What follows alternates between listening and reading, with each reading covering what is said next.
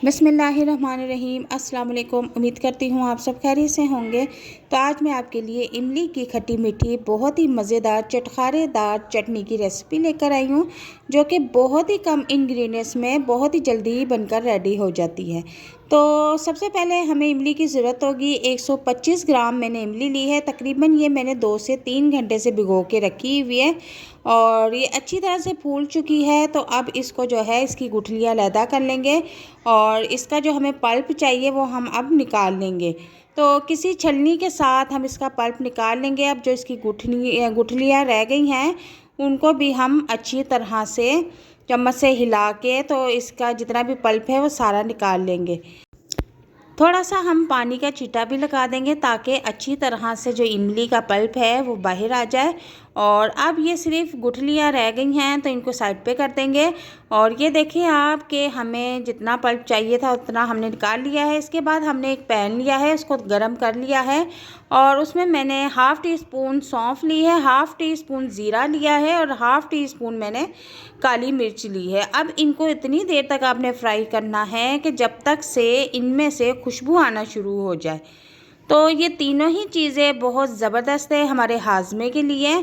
तो ये तीनों चीज़ें जो है अब हम ठंडा होने के लिए रख देंगे और ठंडा होने के बाद इसको ब्लेंडर या मिक्सी में ग्राइंड कर लेंगे। और ग्राइंड करने के बाद इसको एक साइड पे रख देंगे। और अगला स्टेप इसका ये है कि हम एक पैन लेंगे और उसमें तकरीबन 2 से 3 चम्मच ऑयल ऐड कर देंगे। इसके बाद मैंने हाफ़ टी स्पून जो है सूंड पाउडर लिया है, जो कि अदरक पाउडर होता है, और उसको थोड़ी देर तक तकरीबन 30 से 40 सेकंड तक हम इसको पकाएंगे। जब इसकी खुशबू आना शुरू हो जाए तो हम इसमें हल्का सा पानी का छींटा लगाएंगे और पानी का छींटा लगाने के बाद थोड़ा सा इसमें हम चम्मच चलाएंगे। और जब पानी में बॉयल आ जाएगा तो मैं इसमें तकरीबन 100 ग्राम के करीब मैंने गुड़ लिया है, वो इसमें मैं ऐड कर दूंगी।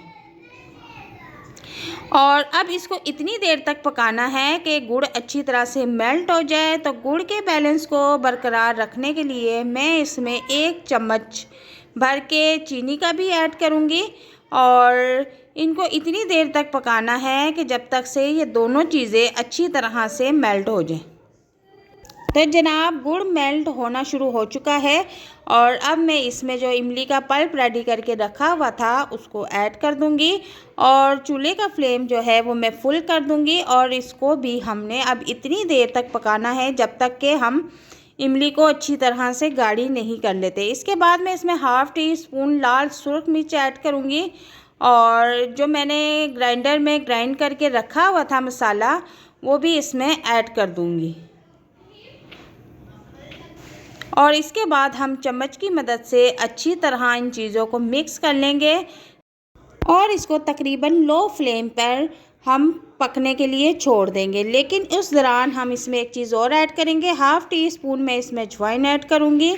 और अजवाइन हमारे जिस्म के लिए बहुत ही ज़बरदस्त चीज़ है, ख़ासकर जिनको मैदे का मर्ज़ है वो अजवाइन का इस्तेमाल ज़रूर किया करें।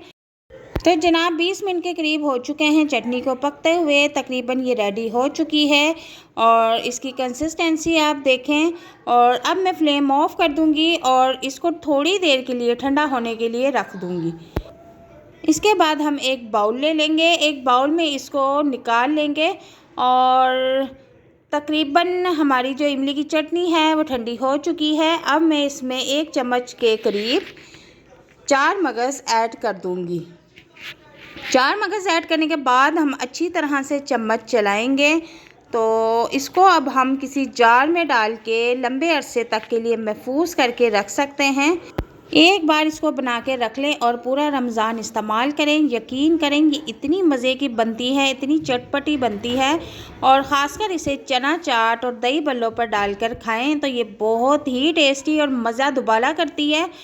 इस रेसिपी को एक बार घर में ज़रूर ट्राई कीजिएगा और वीडियो अगर पसंद आती है तो इसे लाइक शेयर ज़रूर कीजिएगा। अल्लाह हाफिज़।